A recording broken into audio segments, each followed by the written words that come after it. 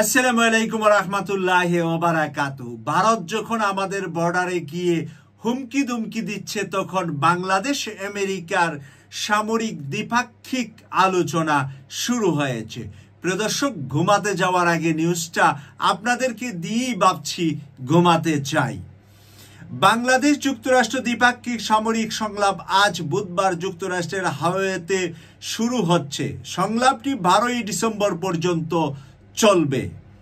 আন্তঃবাহিনী জনসংযোগ অধিদপ্তর জানান, সামরিক সংলাপে বাংলাদেশ থেকে একটি সামরিক প্রতিনিধি দল অংশগ্রহণ করবে। বাংলাদেশ প্রতিনিধি দলের নেতৃত্ব দেবেন সশস্ত্র বাহিনী বিভাগের অপারেশন ও পরিকল্পনা দফতরের মহাপরিচালক ব্রিগেডিয়ার জেনারেল মোহাম্মদ আলিমুল আমিন।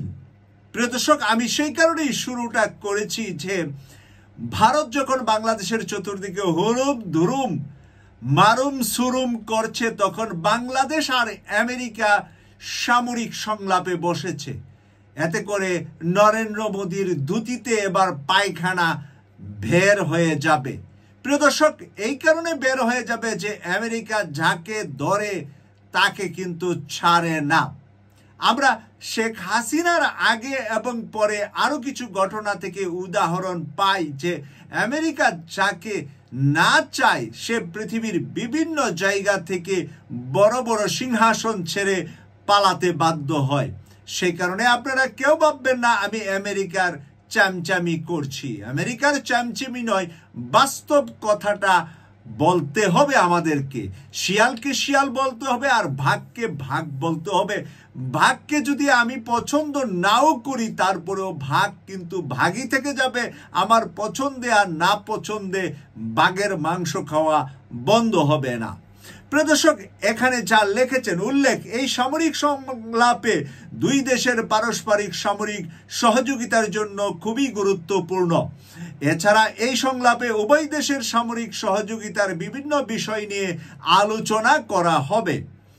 সংলাপে বৈশিষ্ট্য ও আঞ্চলিক নিরাপত্তা নিশ্চিত, প্রযুক্তি, প্রতিরক্ষা সরঞ্জাম সংশ্লিষ্ট বিষয়াদি, দুর্যোগ মোকাবেলা, শান্তি রক্ষা কার্যক্রম, প্রশিক্ষণ, পরিদর্শন, যৌথ অনুশীলন ও মহড়া, কর্মশালা, নানা ক্ষেত্রে পারস্পরিক সহযোগিতা বৃদ্ধির বিষয়টি আলোচিত হবে। প্রিয় দর্শক, কোনো কিছু আর বাদ রাখে নাই, কোনো কিছু আর বাকি নাই, সব আলোচনা এখানে আসবে। 12 তারিখ পর্যন্ত এই আলোচনা চলবে। তারপরে তারা সিদ্ধান্ত নেবে বাংলাদেশকে আমেরিকা কি সহযোগিতা করছে আর বাংলাদেশ আমেরিকার কাছ থেকে কি সহযোগিতা পাচ্ছে।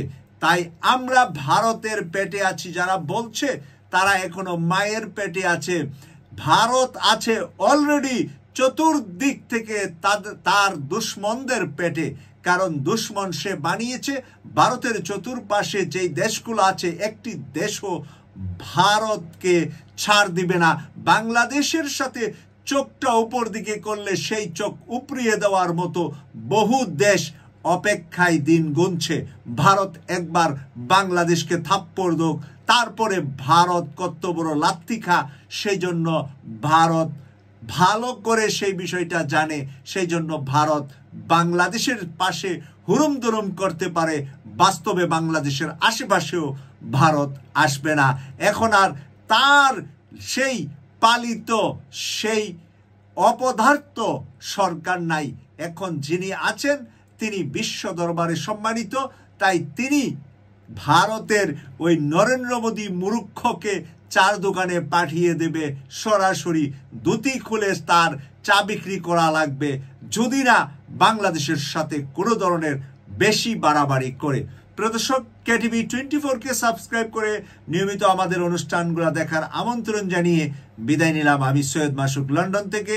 আল্লাহ হাফেজ।